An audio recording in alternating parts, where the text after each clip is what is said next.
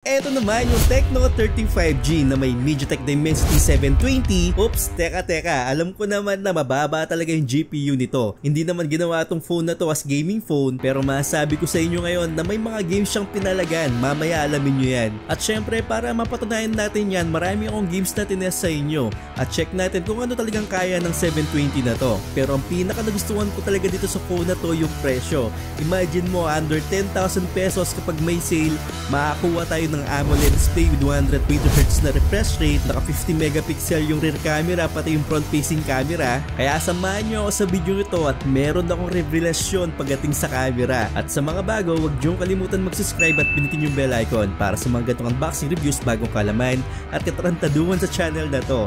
So like, comment, tsaka subscribe lang. Hello, kumusta po kayo? Yung presyo po nito naglalaro sa 12,000 to 13,000, pero kapag may sale makukuha lang natin to under 10,000.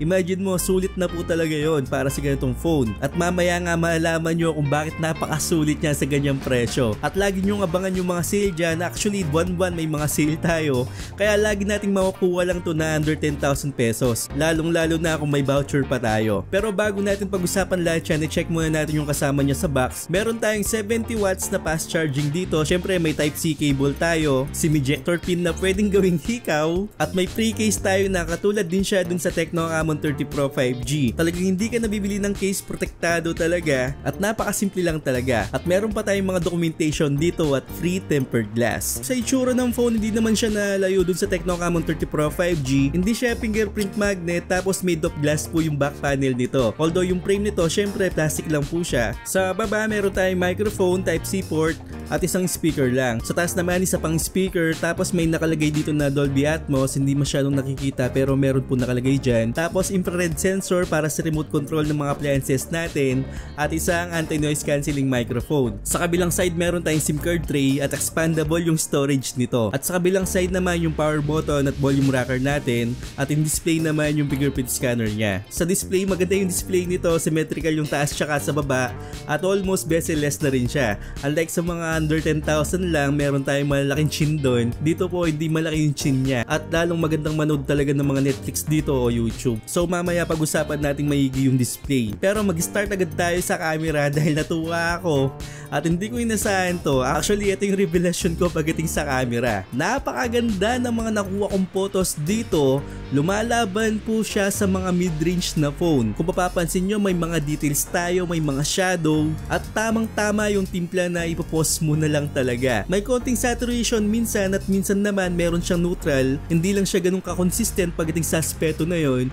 Pero halos na mga nakuha ko, napakaganda po ng mga photos na pinoproduce niya. Sa ganitong presyo, nabilib talaga ako sa phone na to at namamanage niya ng maigi yung mga photos na pinoproduce ng phone na to. So ibig sabihin na nagagandaan talaga ako sa image processing niya. At eto na nga yung revelation ko pagdating sa phone na to. Mas maganda yung nakukuha kong photos kumpara ko dun sa naka Sony IMX890. Imagine mo yun, nasa 19,000 o 20,000 na ikukumpara ko ngayon dito sa 10,000 pesos lang. Mag-umpisa tayo dito sa litratong to. Although maganda naman yung pinoproduce ng Tecno Camon 30 Pro 5G, pero mas mapapansin nyo dito na mas malinis talaga o kalmado yung litrato sa Camon 35G. Mas sharp yung image na nakuha ko sa Camon 35G na wala at nagkukulang ako ng sharpness sa Pro version. Makita nyo naman dyan, although okay naman talaga yung Camon 30 Pro 5G, pero mas nangingibabaw sa akin yung shadow, yung sharpness ng Camon 35G. At dito naman sa next photos, mas nangingibabaw din yung shadow tsaka sharpness dito sa 35G. Kung mapapansin nyo, medyo patay yung kulay sa Camon 30 Pro 5G. Yung kulay green tsaka yung kulay red para nagiging soft sa Camon 30 Pro 5G. Samantalang sa Camon 35G, mas may details at nakuha niya yung totoong kulay dyan sa mga toys na ginamit ko as model. So sa ibang photos naman, okay naman si Camon 30 Pro 5G, pero mas kalmado talaga sa nakikita ko si Camon 35G kumpara natin sa Pro version. At ito pa yung mga ibang photos natin. Gusto kong malaman sa comment section kung tama ba ako o mali ba ako at anong nakikita rin ng mata nyo para malaman ko rin yung side nyo about dito sa mga photos na binibigay ko sa inyo. Sa front facing camera naman, although pareho sila ng 50 megapixel front facing camera, pero nagugustuhan ko naman dito si Camon 30 Pro 5G. At guys, dito sa part na to, hindi nagkakalayo yung image processing niya. Maganda silang pareho, pero mas nangibabaw sa akin dito si Pro version dahil mas kayayang tignan yung Pro version kumpara rin sa Camon 35G natin. Pero sabi ko nga, pareho silang maganda, may sharpness, may contrast, at maganda rin yung color na pinoproduce niya, at lalong lalo na sa mga buhok natin, makikita mo talaga na may details tayong makukuha sa dalawang phone na to. Sa video side naman ng dalawang phone na to, pinagkumpara ko sila sa 1080p at 60fps kasi talo talaga yung Tecno Camon 35G dahil ang sagad lang noon is 2K at 30fps, kaya niligay lang natin sa 1080p at 60fps. At ang resulta, mas stable po yung Pro version kumpara natin dito sa base version lang natin. At syempre mas malinaw tapos may OIS po talaga yung Pro version natin. Dito po talaga siya natalo, pero sa photos mas panalo po talaga sa akin si Camon 35G. Okay, yan yung comparison sa dalawang phone na to. Dito naman tayo sa sagad na video ng Tecno Camon 35G.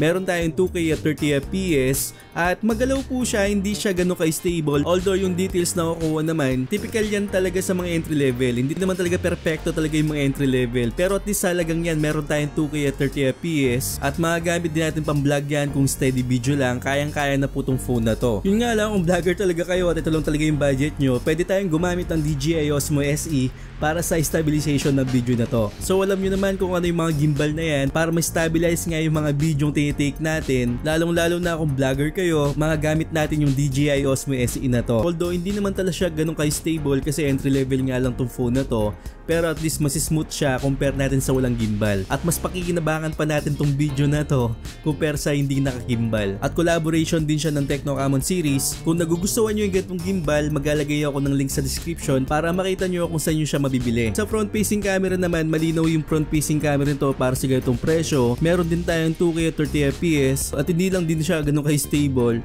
Pero magagamit natin na sa vlog. Kung nakaupo lang tayo, hindi tayo masyadong naglalakad, pwede na po itong 2K 30fps natin dito sa Tecno Camon 35G. Okay, moving on naman sa display, meron tayong AMOLED display, 120Hz na refresh rate. Although yung 120Hz na refresh rate niya kapag sa entry level, hindi natin magagamit talaga yan pagdating sa gaming. Mamaya mag-check tayo ng mga games kung anong talagang nakuha ating FPS sa mga games na yon. Pero dito sa display niya, maganda po siya. Hindi po siya katulad ng IPS, naka-AMOLED po tayo dito. Black is black talaga kahit anong angle, maganda siyang tignan. At sa ganitong presyo, yung mga AMOLED dati nasa 15 to 18,000. Samantalang sa halagang to, under 10,000 pesos, naka-AMOLED display na tayo. Which is dati IPS lang yung makukuha natin sa ganyang presyo. Pero dito sa nakita ko, yung chin niya hindi na makapal at almost bezel-less na rin po siya. At maganda rin po yung pan-shot camera niya, hindi siya ganun kalaki, tamang-tama lang. At lalo kayong mag-enjoy sa Netflix dahil naka L1 certifications na to. Full HD na po yung mapapanood natin pagdating sa Netflix, hindi na po yung standard definition. Pero dito sa settings ng refresh rate niya, meron tayong 120, 90, tsaka 60. At masaya ako na meron tayong kaligitnaan talaga dito para mas makatipid nga tayo sa baterya, yung 90Hz na refresh rate niya nga po. At dapat nyo ring malaman, may indicator lights pa rin tayo dito para siyang breathing effect na kulay red para kung may notifications tayo o kaya gumagamit tayo ng Aya Blaster, at lalong-lalo na kapag charging, parang nagbe-blink yan o para may breathing effect po tayo dyan. At magagamit din natin yan sa notifications natin. Then gusto ko lang rin malaman nyo, meron tayong bypass charging na hindi dumadaan sa battery. Dumadaan po siya sa chipset natin at kailangan yung gumamit siguro ng phone cooler kung gagamit kayo ng bypass charging kasi lalong mag-init yung phone natin. Pero astig talaga na meron tayong bypass charging sa ganitong halaga. Ngayon pag-usapan natin yung performance nito. Ang MediaTek Dimensity 720, mahina po yung GPU talaga niyan. Hindi po ginawa tong phone na to as gaming phone, pero mag-check tayo ng mga games ngayon. Tignan natin kung anong kaya nito. Malay nyo kapag nagustuhan nyo yung phone nito dahil dun sa camera, bonus na kaya pala pang gaming nito, diba? Kaya nag-search tayo na mahina po talaga yung GPU, parang luma na po yung GPU nito. Dahil dito sa Antutu score natin, parang nakakulang tayo ng 80,000 points. So sobrang baba po niyan. Although yung Antutu score na kabuuan niya, nakakuha lang din tayo ng almost 500,000, which is good naman sana.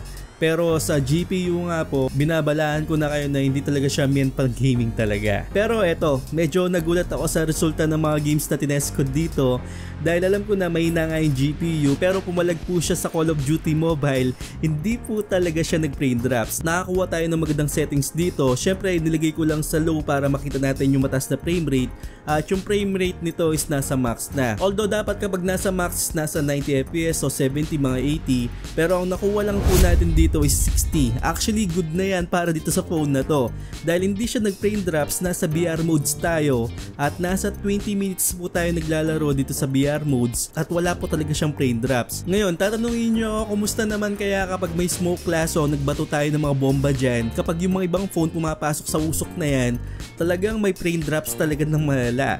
Imagine mo 60 minsan tapos bababa siya ng mga 30 o mga 28 pa nga minsan kahit mataas yung chipset natin, talaga may frame drops kapag may smoke class. Pero dito ito tignan nyo.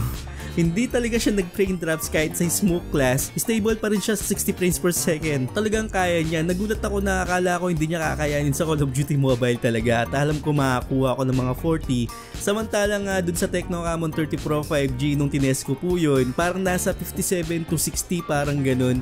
Ito talagang halos stable po talaga siya sa 60 frames per second. Hindi siya nawawala doon. Although minsan may nawawala siya ng konti-konti, pero bumabalik naman po. So nakakuha ako ng temperature sa Call of Duty Mobile ng 45 degrees Celsius, which is mainit yan. Pero ang kaganda nito, kahit na umangat siya sa 45 degrees Celsius, hindi talaga siya nag-frame drops ng sobrang lala o wala talagang frame drops. So goods yun para sa akin. Okay, moving on dito sa Wild Rift, stable po siya sa 60 frames per second. Although meron nga tayong 120Hz na refresh rate, pero mababa nga yung GPU niya. Ang nakuha ko lang dito ay 60 frames per second, which is stable naman po siya. Sa Mobile Legends naman, ang nakuha kong settings dito maganda rin, nasa super tayo. At matik yan, dapat makakuha tayo 90 frames per second. At nakakuha naman po ako 60 to 80. Actually ito, naglalaro talaga siya sa 70, 80, paikot-ikot po siya. Maganda rin yung graphics na nakuha niya, naka-ultra na rin tayo dito. Although yung frame rate niya is super okay lang po yan. Talagang palong-palo pa rin po yan sa Mobile Legends. Smooth naman yung pagkalaro ko dito, wala akong frame drops na naramdaman talaga na sobrang lala. 60, 80, 70, mga ganon. Then sa 15 minutes o sa mga last minute na, parang nakaramdaman ko ng konting frame drops na 50 to 60. At tumataas naman po siya, which is masasabi ko na maganda yung thermals na ginamit dito. So pagtapos ng isang laro, ang nakuha kong temperature katulad din po siya ng Call of Duty Mobile, nakakuha ko ng 45 degrees Celsius. At ang masabi ko dito, kailangan natin gumamit ng phone cooler sa mga gatong laro, which is nakita nyo naman na kinakaya niya talaga o kaya niya talaga. At ngayon dahil nakakuha ko ng magandang frame nga dito, sinubukan ko na rin siya sa Parlight 84. Kaya nilagay ko sa smooth yung graphics, tapos yung frame rate extreme na para makakuha tayo ng magandang frame. Pero dito hindi siya ganun ka-stable, although nakakuha ako ng mga 60 frames per second, minsan 57, mga 60. May mga frame drops po talaga siya. Kahit na naka-smooth nga yung graphics nito, may mga frame drops pa rin tayo nakukuha. Pero matapos naman natin yung games, yun nga lang pagkatsagaan mo. Para hindi tayo mag-frame drops, phone cooler lang po yung solusyon dito. Sa PUBG naman, although maganda to sa Call of Duty Mobile, kabaligtaran naman po dito sa PUBG. Nakakuha lang ako dito ng 40 FPS, 39, mga ganon. At minsan bumaba siya ng mga 35, which is sumangat naman po siya. Pero yung frame nagkukulang talaga ako, yun lang yung nakukuha natin. Kahit na yung settings natin nilagay natin sa smooth tapos naka-ultra yung frame rate, hindi pa rin ako nakakuha ng magandang frame sa PUBG Mobile. Pero given na yun, kasi hindi naman talaga siya gaming phone, parang sinubukan ko lang kung anong kaya, baka kayanin. Actually may mga kaya naman siyang games like yung Mobile Legends nga, Call of Duty Mobile, pero sa ibang games hindi pa siya masyadong optimized, so hindi talaga siya optimized. Kaya siguro bigyan natin ng pagkakataon to dahil bago pa nga siya. Pero na-curious ako sa Punching Grey Raven, baka mas maganda yung frame na nakuha ko doon. Yun nga lang, kahit nilagay ko sa ultra yung mga settings natin, hindi tayo nakakuha ng mataas na frame at nakakuha lang ng mataas na FPS na 30. Hindi tayo mag-enjoy talaga sa paglalaro dito ng Punching Grey Raven. So hindi talaga siya playable. Okay, isang bagay ang natutunan ko dito sa phone na to, mahina yung GPU niya, pero nagtaka ako na kaya niya sa Call of Duty Mobile na 60 frames per second kahit na naginit siya ng 45 degrees Celsius. Maganda po yung optimization niya pagdating sa Call of Duty Mobile. Sana lahat ng phone, lalo sa mga mid-range level, ayusin po nila yung optimization nila at kayang-kaya naman palang ma-optimize yan kahit mababa yung GPU natin. So lagi nyong itanim sa utak nyo, wag lang kayong masyadong pumili ng chipset. Isipin nyo lagi kung maganda ba yung optimization ng isang phone o ng isang laro. So dun kayo muna tumingin, lalong-lalo na sa mga gamer dyan. So nakita nyo naman yung pinaka-pros talaga ng phone na to. Maganda po yung camera niya o maganda yung pinupros ng camera niya compare dun sa Sony IMX na 890. At kailangan ma-optimize talaga yung Tecno Camon Pro 5G pagdating sa mga camera nila. Konting-konti lang talaga para mas maayos pa. Pero hindi talaga nagkakalayo yung itsura. So ayun, sana nakatulong ako sa inyo at nag-enjoy kayo sa video ito at marami kayong natutunan. At huwag nyo kalimutan mag-subscribe. At sa mga nasa Premiere, sobrang salamat po sa inyo talaga. Road to 100,000 subscriber na tayo, konting-konti na lang. At maraming salamat talaga sa suporta. Alam nyo kung sino kayo at alam ko kung sino kayo at nakikita ko kayo lagi. Kaya sobrang salamat po sa inyo. Hindi ko na kayo maisa-isa. So once again, ako po si Paul. I got a lot of shit to say, so I'ma do this every day. I'll be writing things until I'm fucking buried in my grave. 6 feet deep under, but my body won't decay. Cause my messages are timeless, so they'll put them on